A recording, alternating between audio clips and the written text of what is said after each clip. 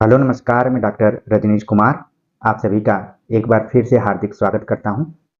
आज की video lecture में हम बात करेंगे EMRS से निकली हुई वैकेंसी के पेपर 1 के ऊपर। इसके पहले हमने EMRS के पैटर्न, इसके नोटिफिकेशन और हिंदी विषय के पाठ्यक्रम पर बातचीत कर लिया है और आप प्लेलिस्ट में जाकर उन वीडियोज को भी देख सकते हैं। जैसे ही मैंने EMRS कहा, आपके दिमाग में तुरंत आ गया होगा कि एकलव्य मॉडल रेसिडेंशियल स्कूल के बारे में मैं बातचीत कर रहा हूं। इसमें कुल 2 पेपरों की बात की गई है, जिसमें कि कुल 6 भागों में पेपर्स को बांटा गया है। 1 से लेकर 4 तक का जो पेपर है वो पेपर फर्स्ट है। 5वां पेपर जो सेकेंड पेपर के नाम से है वो आपका सब्जेक्ट है, और जो इसका छठा खंड है ये सभी के लिए क्वालिफाइंग है। इसमें आपको हिंदी और अंग्रेजी भाषाओं में 40-40% अंक लाने अनिवार्य हैं, जिसमें कि कुल 20 क्वेश्चन रहेंगे। तो आपको दोनों भाषाओं में 40-40% लाना है, तभी आपके ऊपर के जो दोनों प्रश्न पत्र हैं इनकी जांच की जाएगी।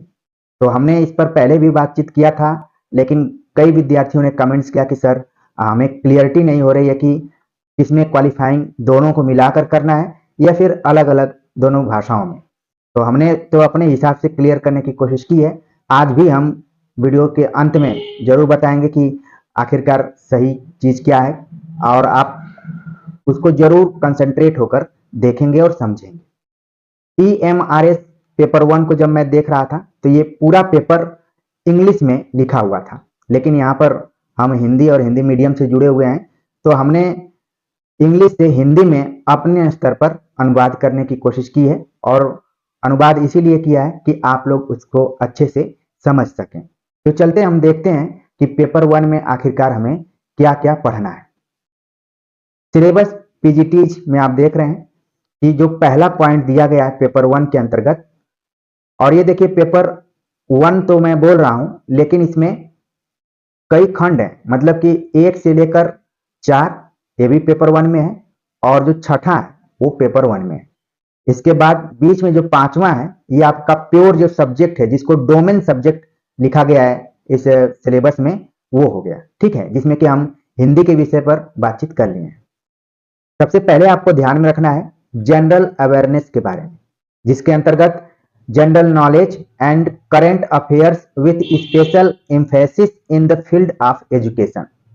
अगर इसको हिंदी में हम देखें तो सामान्य जागरूकता, यानी सामान्य जानकारी आपको होनी चाहिए इस एरिया में। शिक्षा के क्षेत्र में सामान्य ज्ञान और समसामयिक घटनाओं पर विशेष जोर पर आधारित ये क्वेश्चन पेपर होंगे। जो भी क्वेश्चन आएंगे जनरल अवेयरनेस से रिलेटेड, यानी कि आपको सामान्य जानकारी ध्यान में रखना है। करंट अफेयर इसमें शामिल रहेगा। इसके अतिरिक्त पेपर बनाने की कोशिश ये की जाएगी कि एजुकेशन के एरिया में जो कुछ भी करंट हो, नया हो, उसको जोड़कर सवाल पूछा जा सकता है। जैसे छात्र छात्राओं को ध्यान में रखते हुए सरकारी योजनाएं जो लागू की गई हैं, छात्रवृत्ति योजनाएं, या फिर जो भी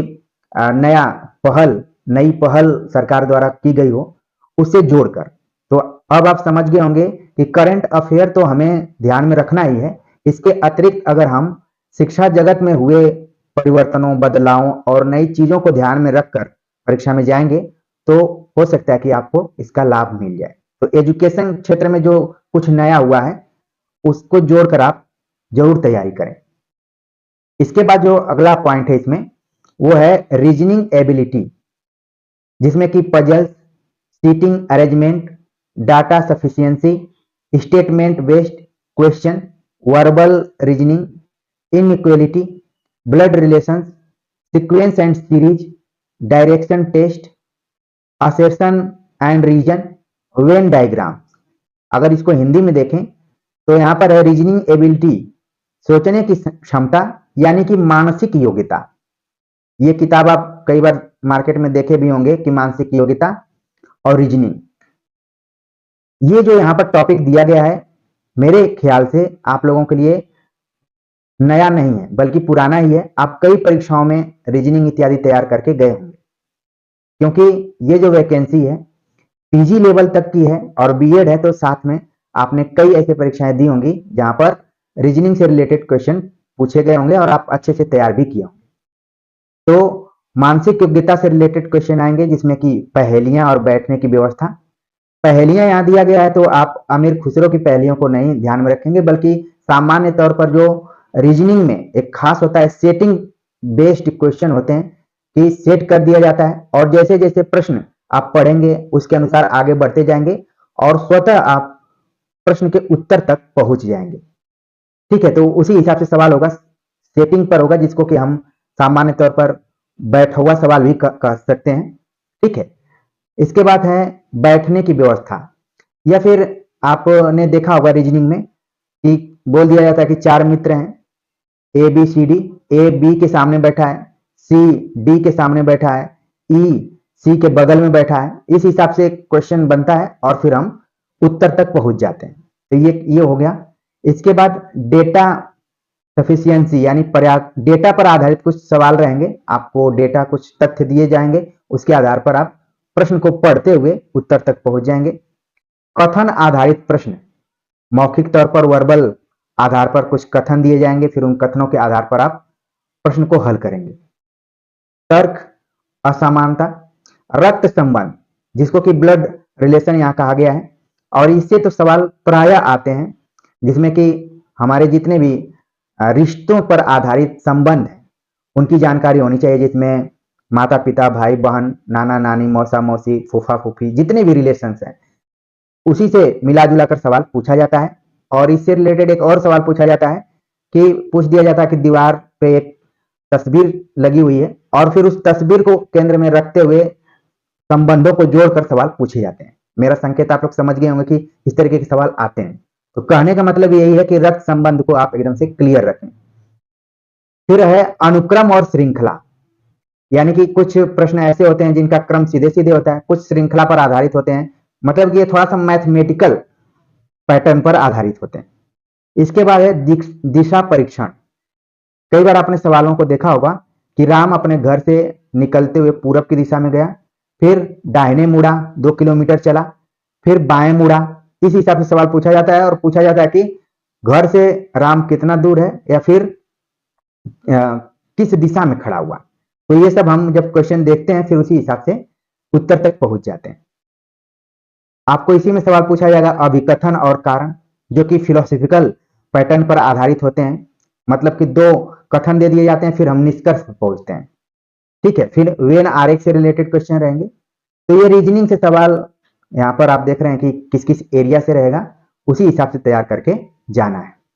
आगे पॉइंट हम देखते हैं नॉलेज ऑफ आईसीटी, यानी कि आपको आईसीटी की भी जानकारी होनी चाहिए, जिसका यहां पर फुल फॉर्म है इंफॉर्मेशन एंड कम्युनिकेशन टेक्नोलॉजी।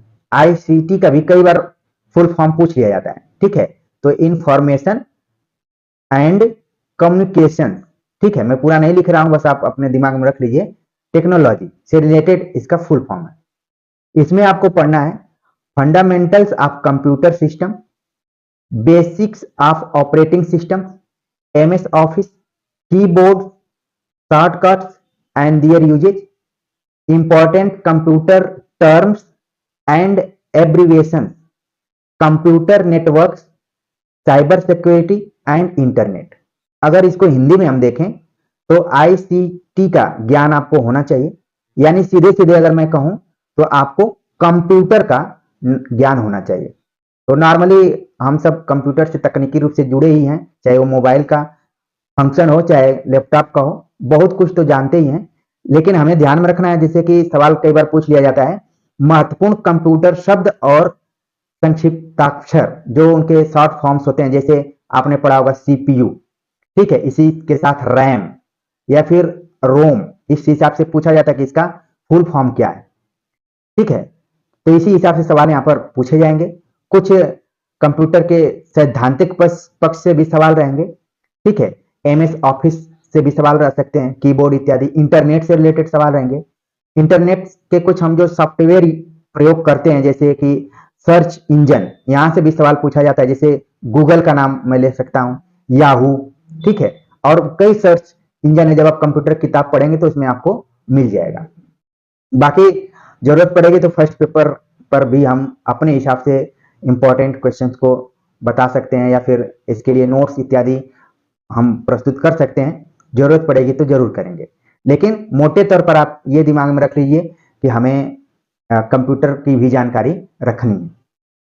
इसके बाद हमें पढ़ना है टीचिंग एप्टीट्यूड, यानी कि शिक्षण अभियोग्यता या फिर अभिक्षमता के बारे में भी जानकारी होनी चाहिए, जिसके अंतर्गत हमें पढ़ना है teaching nature, characteristics, objectives and basic requirements, learners characteristics, factors affecting teaching, methods of teaching, teaching ads and evaluation system. कुल मिलाकर जो शिक्षण अभिक्षमता है उससे रिलेटेड जो भी महत्वपूर्ण पॉइंट है, जिसमें कि शिक्षण प्रकृति क्या है, उसकी विशेषताएं क्या हैं, शिक्षण का उद्देश्य क्या है, बुनियादी आवश्यकताएं कौन कौन सी हैं, शिक्षार्थी यानी कि जो लर्नर है, जो सीखने वाला है, उसकी विशेषताएं क्या क्या होनी चाहिए, शिक्षण को प्रभावित करने वाले कारक कौन कौन से हैं। यहाँ पर जो शब्द है जिसका हमें उच्चारण करने में दिक्कत हो रही है, आप लोग भी एक बार जरूर प्रैक्टिस कीजिए, ठीक है। उसका मतलब है कारक। शिक्षण के तरीके, मेथड्स कौन कौन से हो सकते हैं, शिक्षण सहायक सामग्री, मतलब जब आप पढ़ाने जा रहे हैं तो किन किन सामग्रियों को ध्यान में रखना चाहिए। जैसे मैं आप सभी के सामने प्रस्तुति दे रहा हूं तो मेरे पास लैपटॉप है, कैमरा है और पेन टैब है, इन सारी चीजों का हम यूज कर रहे हैं। लेकिन जब आप ऑफलाइन पढ़ाने जाएंगे तो किन किन चीजों का ध्यान आपको रखना चाहिए, जिसमें कि white board, black board, duster, pencil, ये सब होना चाहिए, ठीक है। और आप चाहें तो मैप का भी प्रयोग कर सकते हैं, जिससे कि आप टीचिंग स्किल्स को और मजबूत कर सकते हैं। इसी में आपको यही पढ़ना है शिक्षण सहायक सामग्री, मूल्यांकन प्रणाली। तो विशेष तौर पर आपको, क्योंकि EMRS के माध्यम से PGT लेवल के टीचर बनने जा रहे हैं, तो आपके अंदर एक शिक्षक का गुण और शिक्षार्थी की अनुभूति जरूर होनी चाहिए कि एक शिक्षक से एक स्टूडेंट की क्या उम्मीद रहती है और स्टूडेंट की शिक्षक से क्या उम्मीद रहती है। दोनों का संबंध एक दूसरे का पूरक है, तो उसी को फील करके आपको ध्यान में रखना है। अनुभव करेंगे तो खुद आप आराम से सॉल्व कर लेंगे, ठीक है। तो ये हो गया।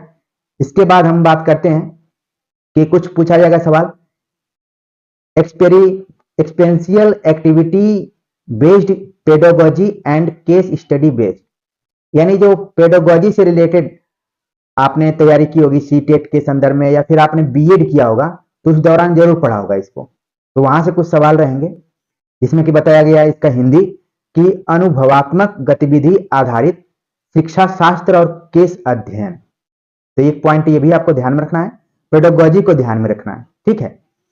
इसके बाद आपको नेशनल एजुकेशन पॉलिसी, जिसको कि NEP 2020 नाम दिया गया है, तो इसके बारे में भी आपको ध्यान में रखना है कि राष्ट्रीय नई शिक्षा नीति आखिरकार क्या है, इसमें पहले की शिक्षा नीति से क्या बदलाव किया गया है, क्या नई चीजों को जोड़ा गया है, और वर्तमान समय की शिक्षा प्रणाली या फिर एजुकेशन सिस्टम को ये कैसे प्रभावित कर रही है या कितना इसके लिए इसके अनुकूल है। कुल मिलाकर आपको NEP का जो भी PDF हिंदी में दिया गया है उसको अच्छे से पढ़ लेना है और बदलावों को ध्यान रखना है। यहाँ से कुछ सवाल रहेंगे, ये देखिए जानबूझकर डाला गया है ताकि आप राष्ट्रीय शिक्षा नीति को जरूर समझें और उसका जो भी उद्देश्य है उससे परिचित हो। आगे आपको पढ़ना है, जिससे भाषा के बारे में मैं बात कर रहा था, ये आपको पार्ट 6 में पूछा जाएगा, जिसमें जनरल इंग्लिश यानी सामान्य अंग्रेजी की जानकारी आपको होनी चाहिए। जब भी सामान्य अंग्रेजी की बात की जाती है तो वहां पर व्याकरण की बात की जाती है। अप्रत्यक्षता देखा जाए तो यहाँ पर भी आप देख रहे हैं कि आपको वर्ब के बारे में जानकारी होनी चाहिए, टेंसेज जो है, voice, subject verb agreements, articles, comprehension, filling the blanks, adverb, error correction, sentence rearrangement, unseen passage, vocabulary, एनोनिम, synonyms, grammar, idioms and phrases. तो एक तरीके से आप देख रहे हैं कि अंग्रेजी में भी जो भी व्याकरण वाला पोर्शन है, जिसको कि ग्रामर भी कहा जाता है, और इसका जो लेवल होगा मेरे ख्याल से 6ठी से 10वीं स्तर का होना चाहिए, ठीक है। तो इस हिसाब से आप तैयार करके जाइए। Active passive tense, translation, articles, comprehension, filling the blanks जिसमें कि प्रीपोजिशन इत्यादि भरने के लिए आता है, या फिर जैसे हिंदी में शुद्धि अशुद्धि आती है वैसे अंग्रेजी में भी एक करेक्शन करना, वाक्य रीअरेंजमेंट करने के लिए, अनसीन पैसेज, कुछ गद्यांश के पोर्शन भी आ सकते हैं जिसमें उसके ऊपर आधारित 2-3 सवाल भी हो सकते हैं। ठीक है, वोकैबुलरी से संबंधित शब्द भंडार से रिलेटेड क्वेश्चन रहेंगे।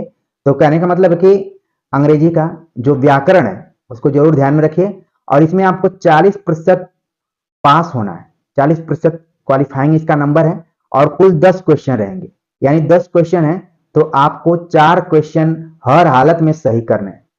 तो आप देख लीजिए, क्योंकि इतना यहाँ पर सिलेबस में दिया गया है, तो कौन सा पोर्शन ऐसा है जिसमें कि आप मजबूती अपने को मानते हैं, और कौन सा ऐसा पोर्शन है जो कि आपकी कमजोरी है। उसी हिसाब से तैयारी करते रहिए, देखते रहिए, मतलब प्रतिदिन देखेंगे तो 10 में 4 सवाल तो सही कर ही लेंगे। ठीक है, तो ये तो अंग्रेजी का हो गया। अब हिंदी की बात करते हैं, जनरल हिंदी, यानी कि सामान्य हिंदी से रिलेटेड क्वेश्चन आएंगे। और आप देख रहे हैं कि संधि, समास, विलोम शब्द, पर्यायवाची शब्द, सामान्य अशुद्धियां। देखिए अशुद्धियां यहां पर खुद गलत लिखा हुआ है, लेकिन हमें सही करके जाना है। वाक्यांशों के लिए एक शब्द, मुहावरे, लोकोक्तियां, अपठित गद्यांश पर आधारित प्रश्न। तो जैसा अंग्रेजी में है वैसा ही हिंदी में भी है।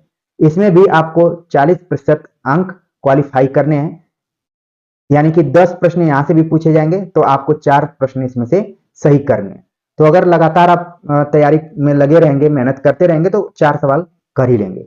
तो एक चीज क्लियर कर लीजिए कि दोनों मिलाकर 40% नहीं लाना है, बल्कि दोनों में अलग अलग लाना है। मान लीजिए कि हिंदी में आप 10 में 8 क्वेश्चन सही कर दिए और अंग्रेजी में 10 क्वेश्चन में 2 सवाल सही किए, तो भी आप क्वालिफाई नहीं माने जाएंगे, फेल हो जाएंगे आप। आपका जो ऊपर का बताया गया कि 1 से जो 5 तक का पार्ट है उसका मूल्यांकन नहीं किया जाएगा। ठीक है, इस पे आगे हम बात कर लेते हैं, क्योंकि मैं चाहता हूं कि हर एक चीज क्लियर हो। जब इस परीक्षा में आप बैठने जाएंगे तो कुल 130 क्वेश्चन रहेंगे, फिर इसके बाद 20 मार्क्स के लैंग्वेज टेस्ट भी रहेंगे। तो कुल मिलाकर आप देख रहे हैं कि लगभग 150 प्रश्न हो रहे हैं, जिसमें कि 130 में क्या क्या रहेगा, जनरल अवेयरनेस जिसके बारे में मैंने बातचीत कर लिया, reasoning ability, ICT, teaching aptitude के बारे में बात कर लिया। इन सभी को मिलाएं हम तो आप देख रहे हैं यहां पर कि क्वेश्चन की संख्या हो रही है 10, 20, 30, 10, 40, 50 क्वेश्चन तो पूछे जाएंगे आपके 1 से लेकर 4 पार्ट तक, 50 क्वेश्चन। फिर इसके बाद डोमेन नॉलेज का मतलब है कि आपका जो स्पेसिफिक सब्जेक्ट है, विषय है जिसमें आपने फॉर्म अप्लाई किया हुआ है, तो इससे रहेंगे 70 प्रश्न। ठीक है, 70 प्रश्न यहां से रहेंगे। फिर 5-5 सवाल आप देख रहे हैं कि जो मैंने बताया कि नई शिक्षा नीति और एक्सपीरियंशियल एक्टिविटी पेडोलॉजी पर जो आधारित रहेंगे, 5-5 सवाल रहेंगे। ठीक है, तो टोटल ये हो जा रहे हैं 80 क्वेश्चन, तो 130 हो गया। फिर इसके बाद नीचे दिया गया है पार्ट 6, इसमें लिखा है कि language competency test, general English जिसके सिलेबस के बारे में मैंने पहले बात कर लिया, and general Hindi, 10 marks each subject, यानी दोनों विषयों से 10-10 मार्क्स के सवाल पूछे जाएंगे, यानी दोनों को मिला दिया जाए तो 20 क्वेश्चन होंगे, लेकिन ये दोनों 10-10 स्वतंत्र रूप से हैं। अब आगे जो देखिए अंडरलाइंड पहले से ही कर दिया गया है आपको ध्यान देने के लिए कि this part is qualifying in nature only with minimum 40% marks in each language, यानी ईच लैंग्वेज का मतलब कि 40% आपको अंग्रेजी में भी लाना है, 40% आपको हिंदी में भी लाना है, यानी कि 4 क्वेश्चन यहां और 4 क्वेश्चन यहां सही करने हैं। और आगे लिखा गया है कि part 1 to 5 of the candidate will not be evaluated if he या she fails to attain qualifying marks in part 6। तो अप्रत्यक्षता आप देख रहे हैं कि पार्ट 6 आपके लिए बहुत ही इंपॉर्टेंट हो गया है। आप इधर की तो सामान्य ज्ञान का अपनी तैयारी करते रहिए, लेकिन इसको विशेष ध्यान में रखना है। जब आप इसको परीक्षा में देख लेंगे कि आप क्वालिफाई कर लिए हैं, तो आपका कॉन्फिडेंस बढ़ेगा और इन प्रश्नों को आप ठीक से करेंगे।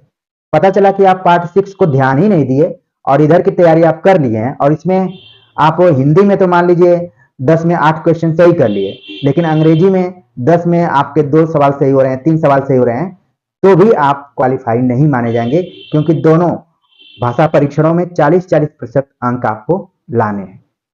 तो ये तो रहा परीक्षा पैटर्न। उम्मीद है कि अब आप समझ गए होंगे और उसी हिसाब से तैयारी करना शुरू कर देंगे। तो इसी हिसाब से आप जाकर प्लेलिस्ट में हिंदी विषय के पाठ्यक्रम वाली वीडियो भी देख लीजिए, या फिर इसके पहले मैंने इंफॉर्मेशन बुलेटिन पर आधारित जो भी महत्वपूर्ण बिंदु थे जिस पर कि आपको ध्यान देना चाहिए उस पर भी बातचीत कर लिया है।